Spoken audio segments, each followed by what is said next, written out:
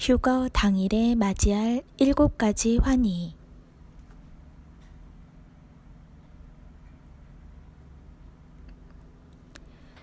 가끔 휴거가 어디 있느냐 조롱하는 댓글을 본다.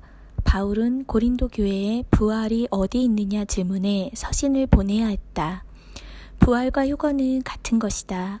부활은 죽은 자가 다시 사는 것이고 휴거는 산 자가 영화로운 몸으로 변화되는 것이다. 만약 부활이 없다면 우리의 믿음은 헛것이고 가장 불쌍한 자들이라 기록했다. 만약 휴가가 없다면 주님의 다시 오심을 기다리는 우리는 가장 불쌍한 자들이다. 이런 소망이 없는 자들처럼 먹고 마시며 즐기자 그룹에 속하지 않았기 때문이다. 부활과 휴거를 믿지 못하는 사람은 예수 그리스도의 부활도 믿지 않는 것이다. 부활과 휴거는 주님이 공중으로 구름 타고 오실 때 거의 동시에 일어날 것이다. 순서상으로는 순교자의 부활이 먼저 일어난다. 휴거가 일어나는 날 어떤 일이 일어날까? 휴거자가 맞이할 7가지 환희에 대해 묵상해 보았다. 첫째, 나팔 소리가 들린다. 그날 천사가 부는 나팔 소리가 공중에서 우렁차게 들릴 것이다. 하나님의 나팔 소리는 들림받을 자에 대한 소환 명령이다. 나팔 소리를 들은 자는 그 소리를 듣는 것만으로도 감격의 기쁨을 누릴 것이다. 주께서 호령과 천사장의 소리와 하나님의 나팔 소리로 친히 하늘로부터 강림하시리니. 둘째, 천사가 방문할 것이다. 천사는 택하신 자들을 주님이 계신 곳으로 안내하는 역할을 할 것이다. 그가 큰 나팔 소리와 함께 천사들을 보내리니 그들이 그의 택하신 자들을 하늘 이 끝에서 저 끝까지 사방에서 모으리라. 한국에서, 미국에서, 유럽에서, 아프리카에서, 오지의 산골에도 택하신 자들에게 천사가 찾아가 모아올 것이다. 성도들에게 각자 담당하는 천사가 있다고 하는데 그 천사의 가능성이 높다.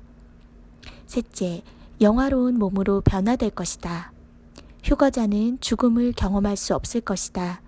산 채로 몸이 변형될 것인데 찾아온 천사가 특별한 물질이나 장치를 이용할 것인지 말씀으로 변형될 것인지는 알 수 없지만 변화된 몸에 불만족한 사람은 아무도 없을 것이다. 보라, 내가 너희에게 비밀을 말하노니 우리가 다 잠잘 것이 아니요 마지막 나팔의 순식간에 홀연히 다 변화되리니 나팔 소리가 나매 죽은 자들이 썩지 아니할 것으로 다시 살아나고 우리도 변화되리라.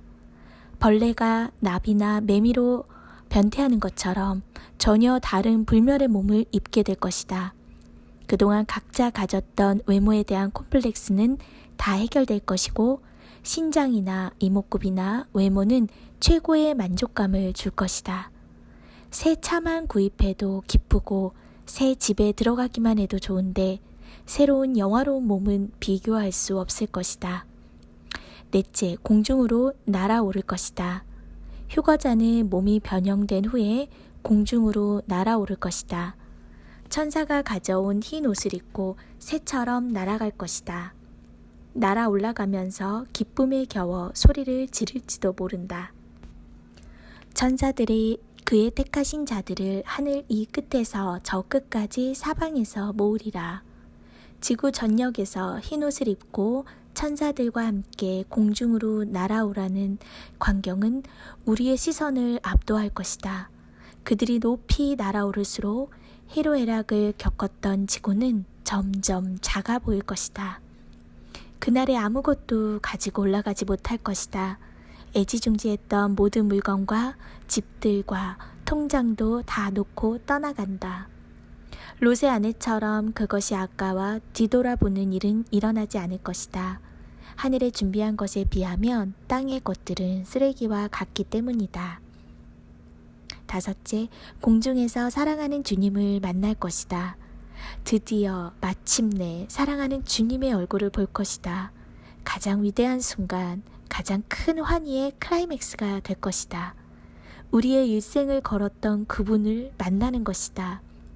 우리가 지나온 삶을 순간순간 지켜주시고 우리를 절망에서 구원해 주신 메시아를 만나는 것이다.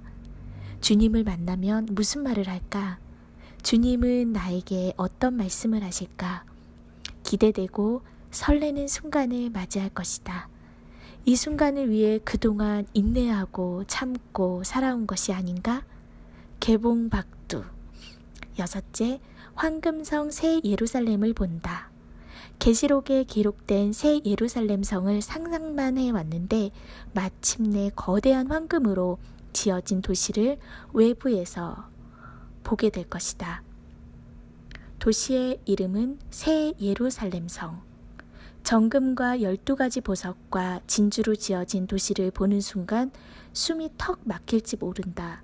가로 세로 높이가 각각 2,400km로 된 엄청난 규모의 도시다. 중국 만리장성의 폭은 3에서 10m 정도지만 새 예루살렘 성의 벽옥으로 된 성곽의 폭은 72m나 된다. 동서남북에 각 3개의 문이 총 12개가 있는데 각 문은 하나의 진주로 만들어졌다. 12문을 통하여 새 예루살렘 성에 들어갈 때 수문장으로 있는 12천사를 볼 수 있을 것이다. 7째, 새 예루살렘 성에 들어간다. 마침내 주님을 따라 새 예루살렘 성에 입성한다. 금빛 찬란한 내부, 정금으로 만들어진 길, 생명수 강과 12가지의 열매를 맺는 생명나무를 보고 따먹을 수도 있을 것이다. 생명수를 마시면 상쾌하고 건강한 기분을 얻을 것이다.